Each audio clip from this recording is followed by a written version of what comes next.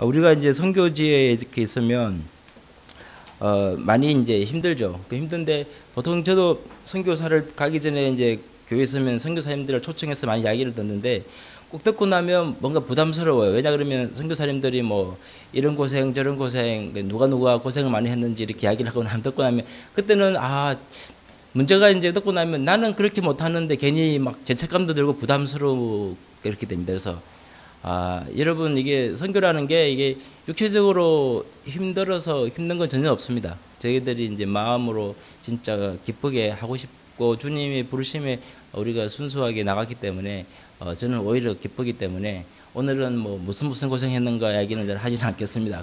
어떻게 하나님께서 함께 하시는지 그것을 같이 나누려고 합니다. 우리가 이제 선교지 있으면 열악하죠. 열악한데 이제 저희들이 이제 애들이 4년 전에 갔을 때는 반석이가 이만했었어요. 지금은 저보다 키가 컸는데 진석이는 2살이 됐죠. 그래서 이제 몽골은 뭐 먹을 게 고기밖에 없습니다.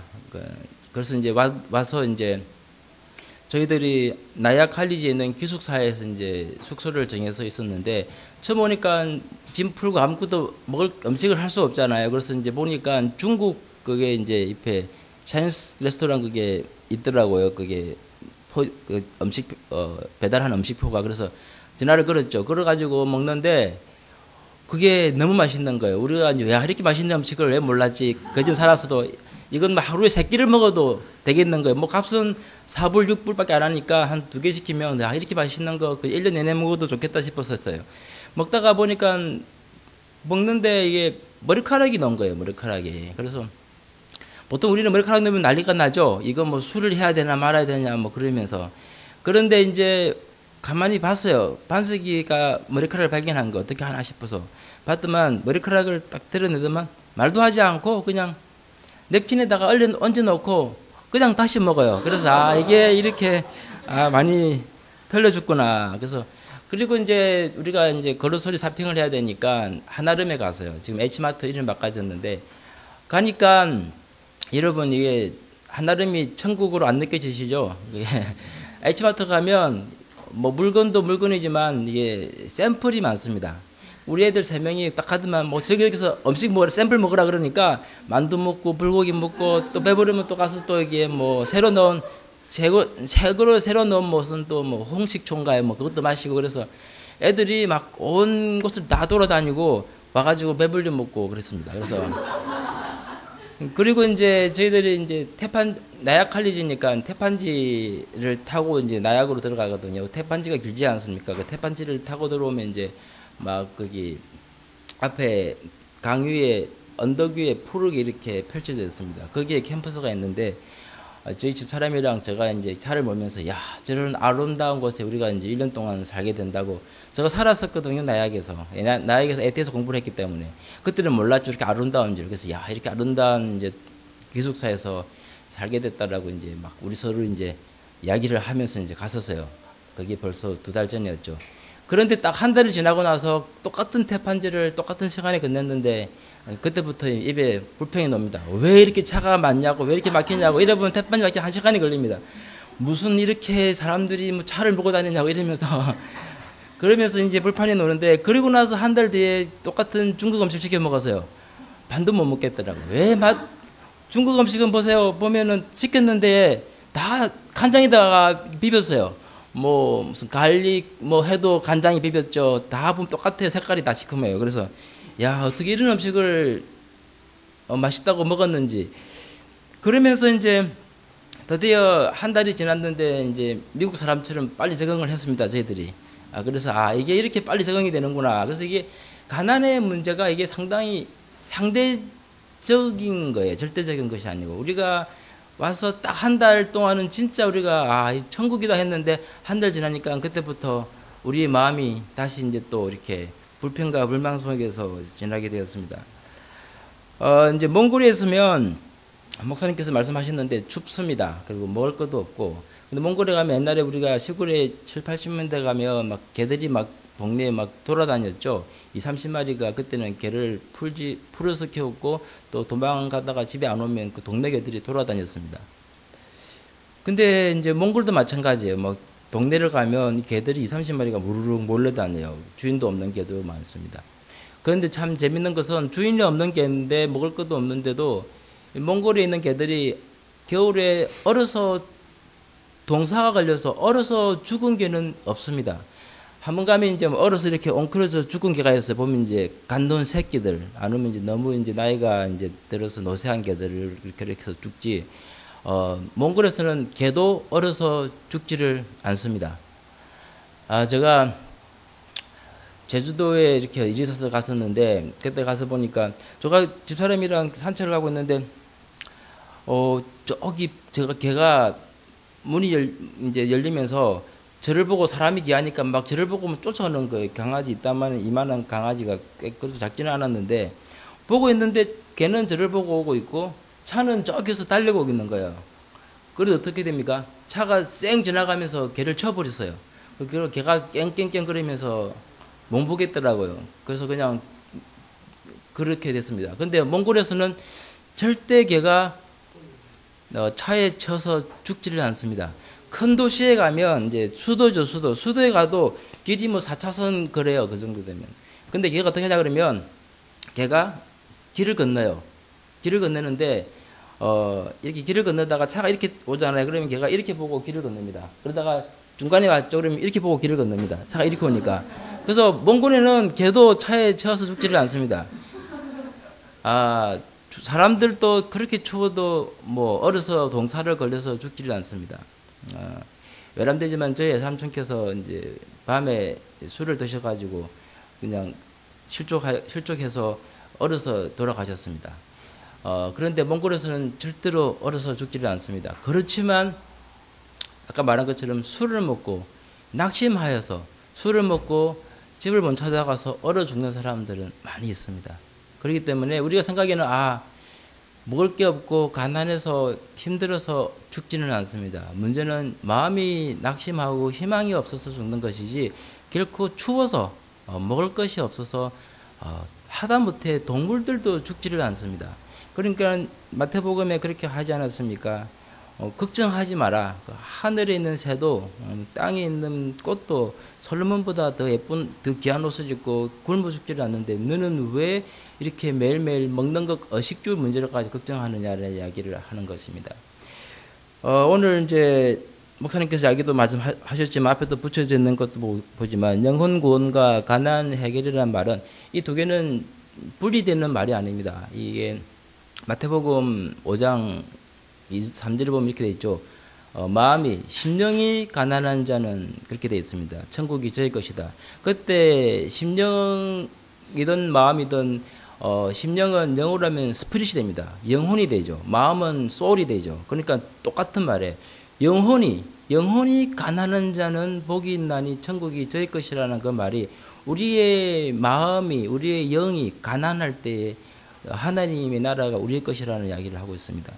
테레사 수녀가 이제 인도에서 열심히 봉사를 하고 이제 영국으로 갔습니다. 그때 막 신문사 기자들이 막 인터뷰를 했죠. 인터뷰할 때 그 힘든 곳에 어떻게 지냈습니까? 필요한 것이 무엇이 있습니까? 막 질문을 하니까 가만히 있다 하는 말이 저는 힘든 것이 아무것도 없습니다. 오히려 가난한 사람은 인도의 빈민촌에 있는 것이 아니고 영국 런던 도시 내에 있습니다. 왜냐 그러면 아까 말했죠. 한 달 지나고 나니까 제가 왜 이렇게 차가 막히느냐, 왜 맛도 없느냐 이런 식으로 되는 것처럼 여러분들이 오히려 더 가난합니다라는 이야기를 합니다. 그러면서 이제 기독교에서는 이런 전통이 있습니다. 자발적인 가난. 자발적인 가난의 말은 돈이 없어서 가난한 사람도 가난이지만 육체적으로 가난한 것도 가난이지만 이것이 영적으로 가난한 것이 또 가난입니다. 이것은 뭐냐면 우리가 내가 가지고 있는 이 부를 나눌 때 그것이 바로 자발적인 가난이라는 말이 되는 것입니다. 지금 요즘에 이제 자원봉사라는 말이 많이 있습니다. 이게 나눔이라는 말인데 예전에는 한국에는 자원봉사라는 개념이 없었어요. 불과 10년 전만 해도 뭐 자원봉사, 나눔이라는 게 없었어요. 지금은 이제 NGO, Non-Government Organization, 여기서는 Non-Profit Organization이죠. 그래서 뭐 나누자, 도와주자 이렇게 많이 되고 있는데 월드비전이라든지 또 헌금도 하고 불과 10몇 년 전만 해도 없었어요. 그러면 이 나눔, 이 자원봉사, 발렌티는 어디서 났냐 그러면 기독교 정신에서 나왔습니다. 이 유럽과 미국은 자원봉사의 개념이 있는데 아프리카라든지 못 사는 아시아에서는 자원봉사에 대한 개념이 없습니다. 어떻게 그러면 도와주느냐?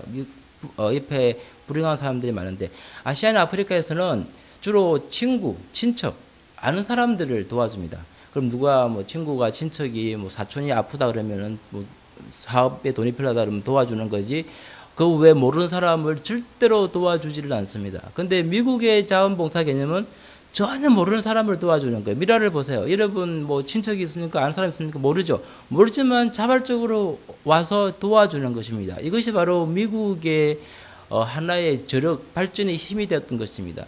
이 말이 어디서 났느냐 그러면 창세기에 보면은 이렇게 되어 있습니다. 1장 27절에 하나님께서 인간을, 사람을 하나님의 형상으로 만들었다고 되어 있습니다. 그 말은 우리가 생각하기에는 신본주의의 반대가 인본주의라고 생각하죠. 사람 중심. 그렇지만 철저하게 인본주의는 성경에서 나왔습니다. 모든 사람은 하나님의 이미지, 형상으로 창조되었기 때문에 모든 사람들은 논리가 똑같고 모든 사람들은 다 평등하다는 정신이 여기서 났습니다. 그러면서 창세기 12장 1절에서 3절에 보면 아브라함을 부르시고 아브라함의 이름을 바꾸죠. 온 아비의, 온 족속의, 온 열방의 아버지가 되어라는 말을 합니다. 그 열방이 무엇입니까? 아브라함의 친척과 친구와 가족을 말하는 것이 아니고 내가 모르는 열방, 다른 나라 사람들에게 너가 복의 거닐이 되라는 말을 거기서부터 시작하는 것입니다. 바로 거기서부터 기독교의 자원봉사 정신이 바로 유럽과 미국 속에서 났기 때문에 미국 사람들은 그것이 바로 기독교 정신과 사회에 그대로 뿌리내리고 있습니다. 저희들이 이제 파송하고 있는 교단이 이제 CMNA인데 CMNA 교단이라고 있습니다. 나야 칼리지 ATS과 관계되는데 저희들은 이제 미국 백인 교단인데 이런 우스갯소리를 합니다. 저희들이 이제 거기서 선교 헌금을 받고 선교 사역을 하는데 한 2, 3년 전에는 아주 힘들었었어요. 왜냐하면 이제 선교 보조가 잘 나오지를 않고 선교사들부터 한 2, 30명을 그냥 쉽게 말하면 잘라버렸어요. 왜냐하면 너무 경제적으로 힘드니까. 근데 그때 이런 우스갯소리를 합니다. 올해는 나이 드신 분들이 많이 돌아가시지 않았네요. 그렇게. 그 무슨 말이냐 그러면 오해하지 마시고 들으시기 바랍니다. 오해하지 마시고. 미국에서 나이 드신 분들은 돌아가시면 모든 돈을 다 도네이션을 합니다. 그러니까 그분들이 이제 세미네 교회에서 이제 생활하다가 이제 돌아가시니까 그 모든 돈들을 다 세미네 저희 있는 교단 선교사를 도와라고 줍니다. 그 돈이 뭐 1,000불, 2,000불이 아니고 뭐 10만 불, 20만 불, 뭐 100만 불 그렇게 됩니다. 그럼 100만 불씩 돈에 들어오니까 얼마나 큰 돈이 옵니까? 그러니까 올해는 많이 안 돌아가셨네요. 그 말이 바로 그 말입니다. 그 말은 여러분 보세요. 100만 불씩 평생을 모았는 그 돈을 자식에게 물려주지를 않고 아무것도 모르는 사람에게 도와주는 거예요. 그것이 바로 자원봉사의 정신이 바로 거기서 나오는 미국의 힘이 되는 것입니다. 그래서 자발적인 가난, 내가 돈이 없어서 가난한 것이 아니고 있음에도 불구하고 자발적인 가난이라는 말은 바로 그것이 나눔이 되고 그 나눔이 바로 미국의 정신이 되었던 것입니다. 그래서 심령이, 마음이, 영혼이 가난한 자는 복이 있나니 천국에 저의 것입니다 라는 말합니다. 우리가 돈이 있지만 스스로 자발적으로 낮아져서 가난할 때에 하나님의 나라를 가질 수가 있는 것이지 내가 그 복을 지키겠다고 지키면 물론 몇 푼 돈을 가지고 있겠죠. 그렇지만 하나님의 나라는 여러분들의 손에 떠나는 것입니다. 두 가지 죽음이 있습니다. 한 가지 죽음은 죽을 때 아무도 없이 혼자서 죽는 사람들이 있습니다. 자기는 평생을 돈을 벌어가지고 여러분 돌아가실 때 뭐 달러를 뭐 몇천 불 지었다고 그것이 불교식으로 노잣돈으로 가져갈 수 있습니까? 여러분 불교에 돌아가시면은 뭐 이렇게 상례에다가 돈을 꼽죠. 그 돈 항천길에 가서 썼는데 가져갈 수 있습니까? 절대 못 가져갑니다. 그렇지만 어떤 사람은 돌아가실 때 손을 잡는 사람이 있습니다. 친척과 가족과 도움 받는 사람들이 손을 잡고 기도하고 그 손을 잡고 마지막 임종까지 지켜볼 때 그 사람과 평생을 구두쇠처럼 돈을 잡고서 마지막에는 항천길에까지 상류에다가 돈을 꽂아서 가져간다지만 한 푼도 가져가지 못하는 사람이었습니다. 중요한 것은 우리가 자발적인 가난의 그 가운데 결국은 하나님의 나라가 너의 것이라는 그런 이야기를 하는 것이 있습니다. 몽골에 있으면 이런 이야기를 많이 듣습니다. 어떻게 한국 사람들은 잘 살게 되었느냐. 우리가 이제 여기 있으면 한국 사람들이 잘 살게 되었는지 전혀 못 느낍니다. 아까 말한 것처럼 한 달 지나면은 이제 불평이 나죠. 여러분 더 많이 살았으니까 이제 더 많이 나오겠죠. 이제 4년 전만 해도 그랬습니다. 4년 전만 해도 그때 아이파드가 났죠. 아이파드 기획고 없는 거. 아이파드만 기획고 없는 거, MP3.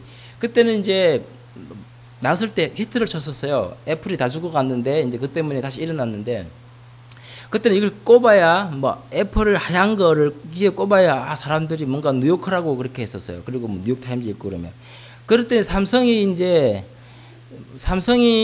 그때 아이파드인가요? MP3보다 성능도 좋게 하고 값도 싸게 해서 팔았어서 이름 잊어버렸는데 실패했습니다. 값도 싸고 성능도 좋았는데 용량도 많고 왜냐 그러면 뉴욕 타임즈를 딱 펴고 이상한 삼성 시커먼 이어폰 들고 있으면 이게 뭐 이 사람이 좀 낮게 봤어. 그러니까 값은 비싸도 샀었어요. 무조건 애플을. 그래서 그런 당시였는데 지금은 삼성이라는 그 브랜드 자체가 삼성이라는 이름 그 한계가 맥도날드보다 코카콜라보다 더 올라갔다 그럽니다. 10대 브랜드에 올라갔답니다. 아무것도 필요 없고 삼성이라는 그 이름 한계가 벌써 그렇게 가치가 있게 되었습니다. 여러분 지금 애플하고 삼성하고 지금 수를 하고 있죠. 아직 결과가 낮다지만 또 2, 3년은 더 걸립니다. 왜냐하면 또 올라가기 때문에. 왜 그렇게 됐습니까? 아니 뭐 삼성 갤럭시하고 닮은 게 한두 개입니까? 뭐 다 그렇습니다. 아이폰들은 뭐 다 사각에다가 목소리 둥근 거는 삼성만 그런 게 아니고 다 그렇습니다.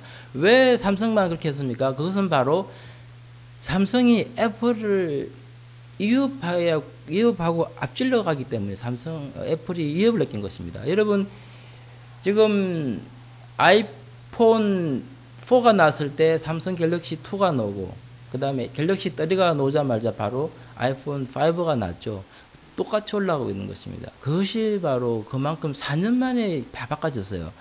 한국이 지금 세계교역 7위 국가입니다. 7위의 나라.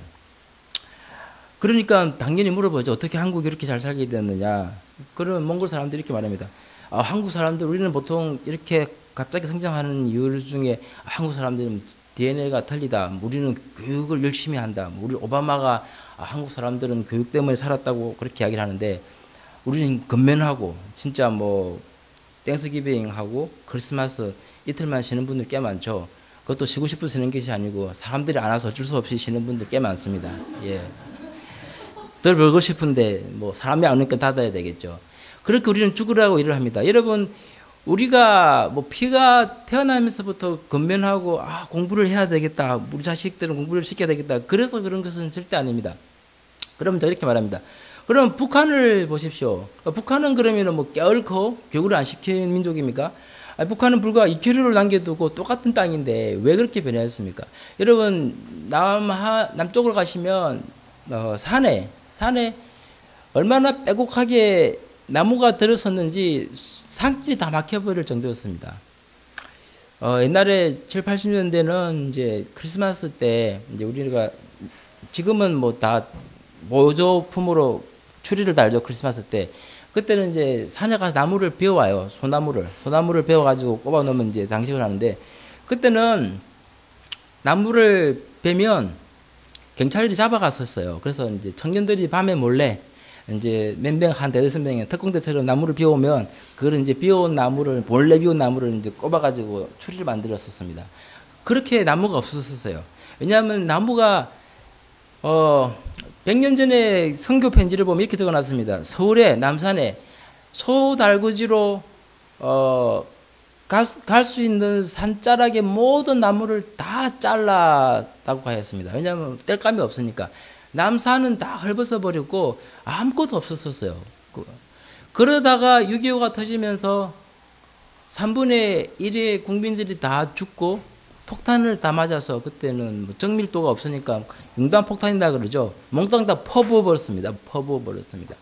그렇게 해서 다 사라져버린 한국 땅은 지금 그렇게 울창하게 변화했는데 북한을 가면 100년 전의 선교 편지와 똑같은 모습입니다. 많이 들어보셨죠?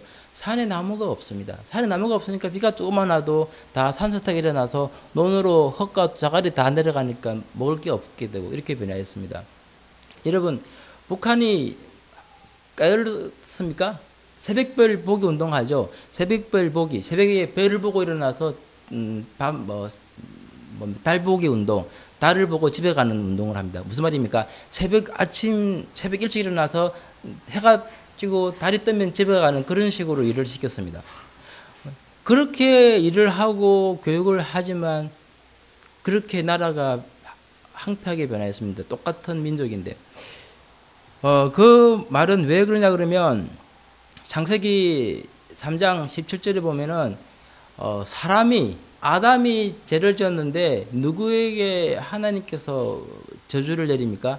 여자가 하와에게는 잉태의 고통이 하나님께서 저주를 내렸는데 이 남자에게는 사람에게는 어떤 벌을 내리냐 그러면 땅에게 저주를 내립니다. 인간이 죄를 지었는데 하나님께서는 인간에게 벌을 내리는 것이 아니고 땅을 저주를 내립니다. 그래서 거기에 열심히 수고하고 소산이 아무리 열심히 하여도 땀을 흘려도 소산이 나지 않는다는 말을 했습니다. 즉 다르게 말하면 하나님께서 그 땅의 저주를 풀지 않고 하나님께서 그 땅에 복을 내리지 않으면 인간이 무슨 노력을 해도 아무것도 나지 않는다는 말입니다. 여러분 북한이 80년대 70년대까지 잘 살았었어요. 숯불도 울창하고 공장도 많았습니다. 근데 불과 20년 만에 다 바꿔져 버렸습니다. 왜 그렇게 됐습니까? 우리 남한은 하나님을 섬겼고 북한은 신이 없다라고 하였습니다. 하나님께서 함께하지 않고 하나님의 저주가 축복이 있지 않은 땅은 무슨 일을 하여도 그것이 나지가 않습니다. 제가 지도를 한 게 옆에 이 지도가 4, 5년 전에 났던 지도입니다. 제가 선교 가기 전에 났던 자료인데 이것이 뭐냐 그러면 이제 밤하늘에 전등불이 밝게 빛나서 어느 나라가 잘 사는지를 보여주는 것이 아니고 어둠을 영의 세계를 계산을 하여서 밝게 빛나는 것은 그 나라의 그 지역의 그 땅에 있는 기독교인들을 빛으로 계산을 하여서 얼마만큼 기독교가 왕성하게 그러니까 어두움이 아닌 빛이 주님의 빛이 빛나는 것을 계산을 하는 것입니다. 당연히 미국은 밝게 빛나고 있죠. 남미를 보십시오. 남미도 밝게 빛나고 있죠. 그 무슨 말입니까? 불꽃처럼 퍼져나가는 것이죠. 미국에서 얼마나 많은 한인교회들이 남미로 선교 여행을 떠납니까? 엄청 가시더라고요. 엄청 가시더라고요. 그만큼 결과가 그렇게 드러나고 있습니다.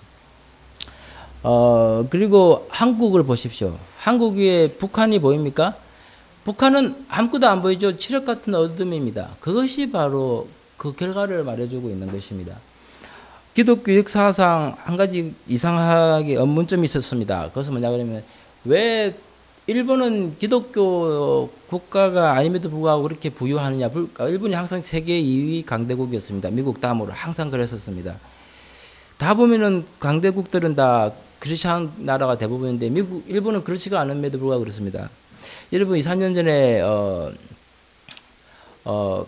쓰나미가 일어났었죠. 쓰나미가 일어나서 그때부터 일본의 국운이 쇠하고 있습니다. 벌써 뭐 소니는 벌써 삼성으로 넘어갔고 여러 가지 지금 국운이 쇠하고 있습니다.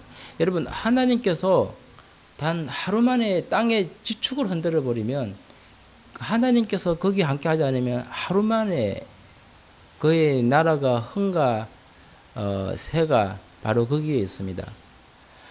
여러분 한국 이명박 대통령께서 독도를 갔습니다.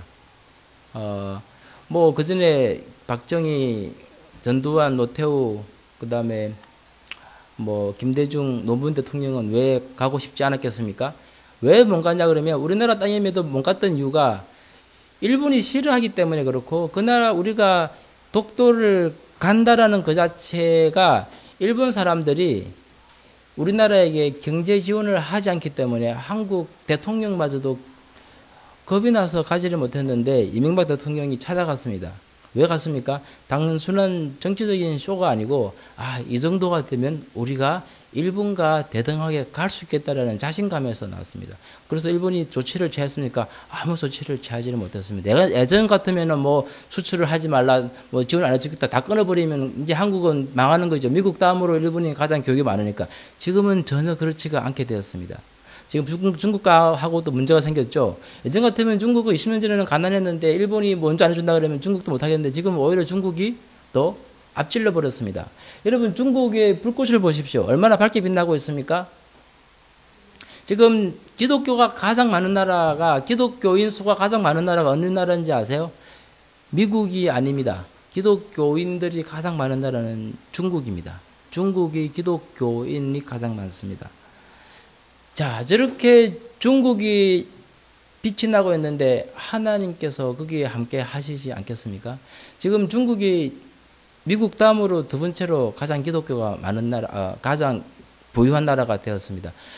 여러분 4년 전만 해도 플러싱에 가면 대부분의 교회들은 한국 교회였습니다. 지금 제가 며칠 전에 플러싱에 갔는데 곳곳마다 중국 교회가 세워져 있습니다. 중국 교회가 그렇게 들어가 있고 플러싱만 해도 뭐 중국 본토는 더 많이 세워졌죠. 그러니까 하나님께서 그 땅을 축복을 하지 않겠습니까? 그렇게 되는 결과적으로 경제적으로 부유하게 되는 것입니다. 여러분 한 가지 또 재밌는 것은 유럽을 보십시오. 이탈리아, 스페인을 보면 어둡게 돼 있죠. 왜 그렇지? 유럽은 전통적으로 기독교 국가인데 왜 어둡게 됐느냐? 여러분 그렇지가 않습니다. 유럽에 있는 교회가 다 박물관이 되어버렸습니다. 터키는 예전에 기독교 나라였죠. 1500년 전에 성 소피아 성당을 웅장하게 지었습니다. 최근에 그 성 소피아 성당을 다녀오신 분 이야기를 들었습니다. 장로님께서 하시는 말씀이 성 소피아 성당은 성당이 아닙니다. 그 이슬람 모스크입니다. 이제 그 이슬람들이 다 지워버렸어요. 백화를, 천장 백화를. 근데 이제 레노베이션 한다고 그걸 벗겨내고서 다시 수리를 하고 있대요. 그때 가서 보니까 저기 지우다가 다 덧칠을 안 한 것을 보니까 거기에 세례 요한 사진도 보이고 예수님 사진도 보이더래요. 그러니까 1500년에 그 웅장했던 그 교회가 다 넘어가 버린 겁니다. 여러분 이것이 뭐 이탈리아, 뭐 스페인, 유럽을 가면 많이 놀러 가죠. 다 박물관이 되어 버렸어요. 박물관이. 그러니까 교회는 한때 화려했지만 빛이 다 사라져 버렸습니다. 빛이 사라지면 어떻게 됩니까? 하나님의 축복이 떠나가 버리는 겁니다. 여러분 지금 이탈리아라든지 뭐 그리스를 보세요. 그리스는 지금 현재 국가 부도가 됐죠. 국가 부도가 제가 TV에서 다큐멘터리를 봤는데 그리스에는 할머니들이 나이 드신 할머니들이 먹을 게 없으니까 시장 끝나고 나서 뭐 배추 이파리를 줍고 그런 것을 보여주었습니다. 지금 뭐 실업률은 엄청나고 스페인도 청년 실업률이 50%라 그럽니다. 2명 중에 1명이 이렇게 일을 하지 못하고 있습니다.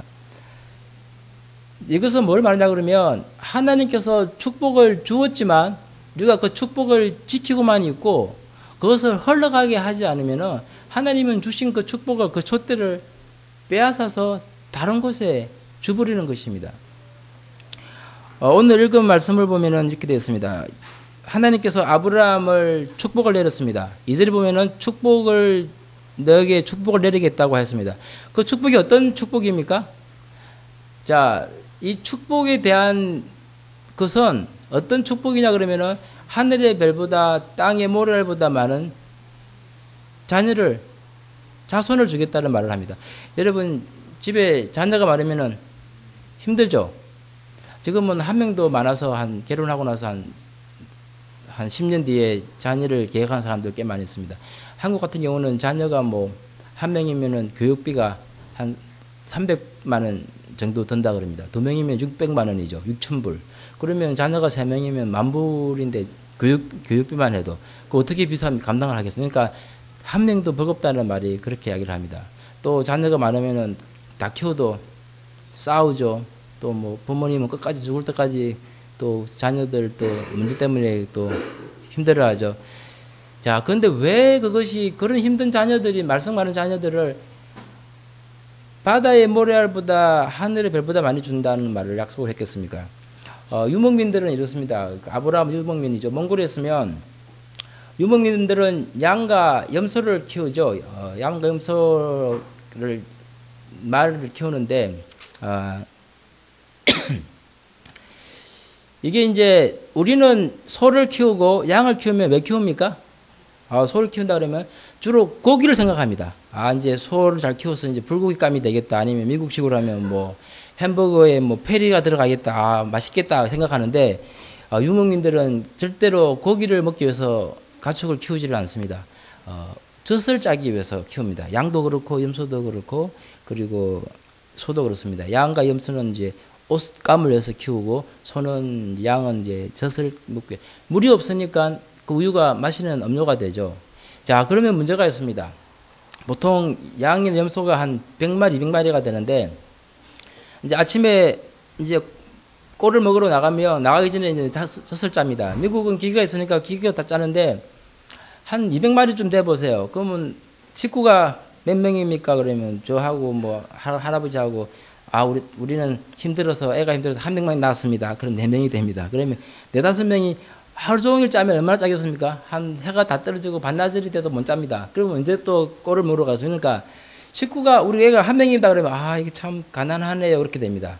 근데 보세요. 식구가 손자 해가지고 한 100명 됩니다. 그러면 100명이면 한 1분이면 다 끝나버리죠. 그러니까 1000명입니다. 물론 그러진 않겠지만 친척이 다 하면은 얼마나 좋겠습니까? 그러니까 아브라함에게 주신 그 약속이 하늘의 별보다 해안가의 모래보다 많은 자손을 주겠다는 그 말은 어마어마한 부를 주겠다라는 그런 말이 됩니다. 그 어마어마한 부를 주겠다라고 약속을 하십니다. 그런데 조건이 있습니다. 뭐가 조건이 있습니까? 3절에 보면 그 복을 나누어 주어라. 누구에게?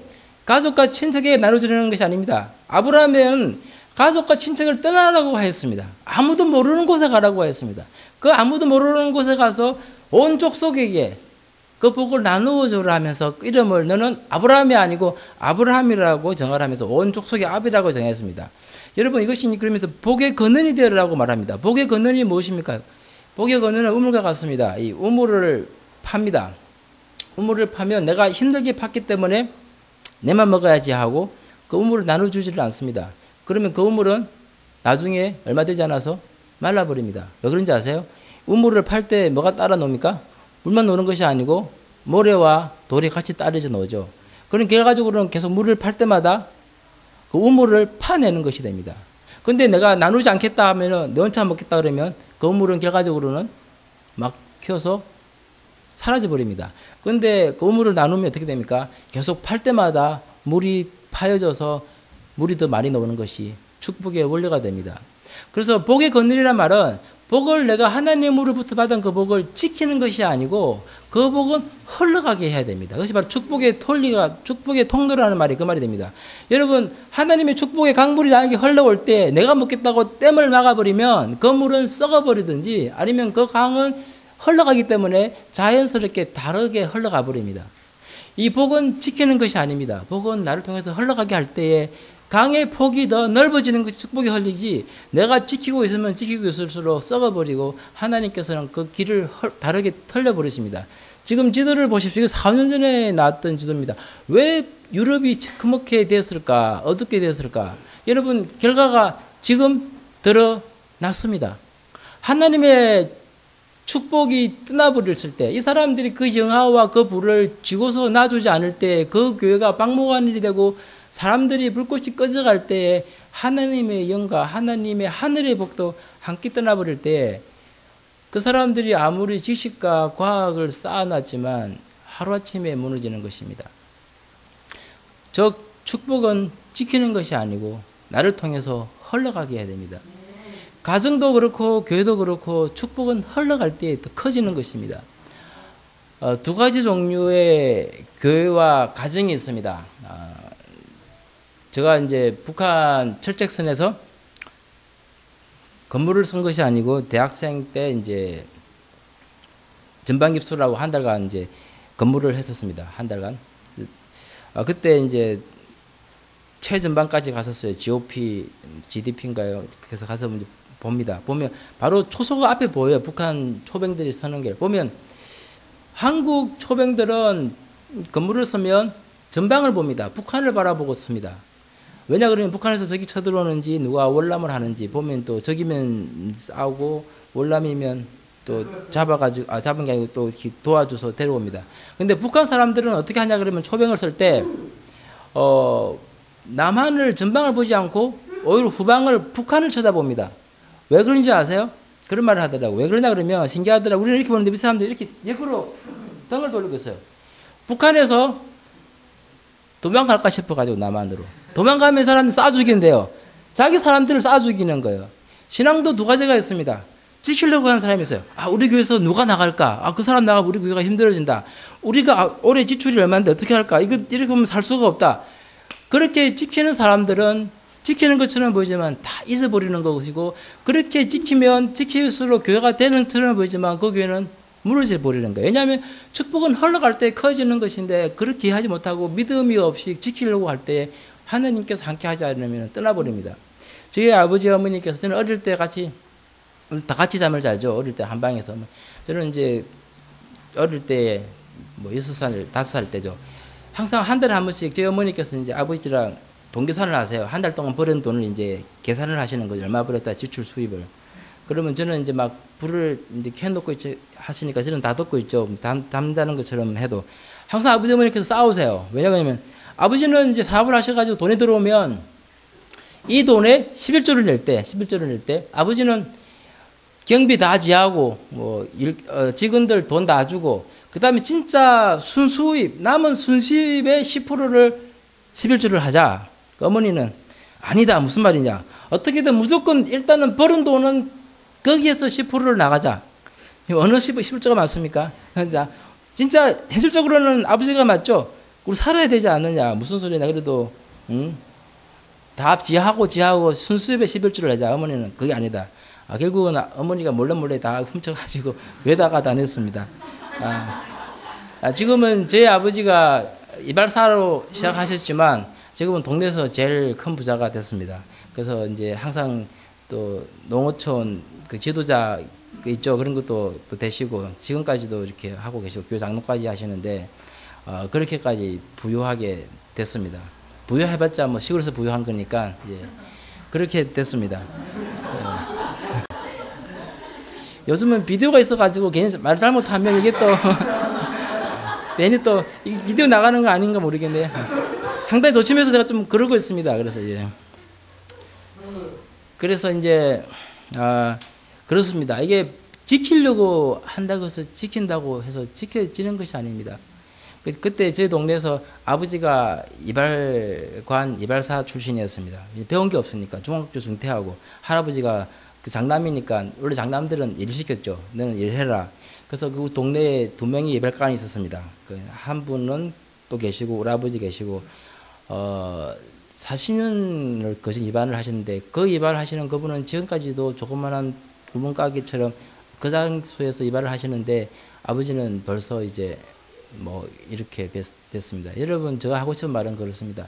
이 축복은 우리가 지키고 내가 어떻게 간직한다고 되는 것이 아닙니다. 아까 말한 것처럼 계속 되풀이되지만 자발적인 가난이 바로 거기에 있습니다. 자발적인 가난 이것이 나눔이고 나눔이 있을 때에 내가 더 커지는 것이 되는 것입니다. 왜냐 그러면 하나님께서는 그 털을 저주를 하기 때문에 우리가 관계없이 솟아나는 것이 아니기 때문에 우리가 하나님의 복을 나눌 때에 그 터 위에 하나님께 함께 하시며 그 터 위에 있는 나의 삶과 내 자손과 제너레이션 투 제너레이션 자손까지 하나님께서 거기에 함께 하시는 것이 됩니다. 만약에 이것이 우리가 흘러가지 않게 하고 내가 쥐고 있으면 이렇게 그의 대가는 후손에게로 넘어갑니다. 아니 그 그리스라 이탈리아라든지 그 영화로웠던 그분들은 이제는 다 인생을 마감할 때가 되겠지만 그 자손들은 그 자녀들은 어떻게 되겠습니까? 우리가 나눔이란 것은 바로 우리의 자녀를 위한 것이 됩니다. 우리가 선교랄까 아니면 나눔이랄까 그것을 또 내가 뭐 돈을 줘야 되나 왜 내가 나서 봉사를 해야 되나 시간을 또 힘들고 그렇게 생각할 줄을 모르겠습니다. 전혀 그렇지가 않습니다. 이 선교랑 자발적인 나눔이랑 봉사도 마찬가지겠지만 이것은 우리가 저는 미랄이 그렇다고 생각합니다. 축복을 여러분에게 주시기 위해서 여러분들에게 삶을 풍성하게 해서 제공하는 것입니다. 우리가 좀 도와주세요. 우리 좀 돈이 부족합니다. 올해는 되게 마이너스입니다. 그것이 아닙니다. 우리가 여러분들에게 하나님의 축복으로 초대를 하는 것이고 그것이 바로 여러분들이 축복을 받는 길입니다. 마태복음 28장 19절에 이렇게 되어 있죠. 가라. 온 족속으로 가라. 친척과 아비집을 떠나라. 네가 모르는 사람에게 베풀어라, 나누어라, 가라 할 때 부담스럽습니다. 그렇지만 어떻게 되겠습니까? 19절 보면 하늘과 땅에 내가 온 권능을 받았으니 가라라는 이야기를 합니다. 사도행전 1장 8절에도 있죠. 어떻게 됐습니까? 그도 가라 그러죠. 어디까지 가라 그럽니까?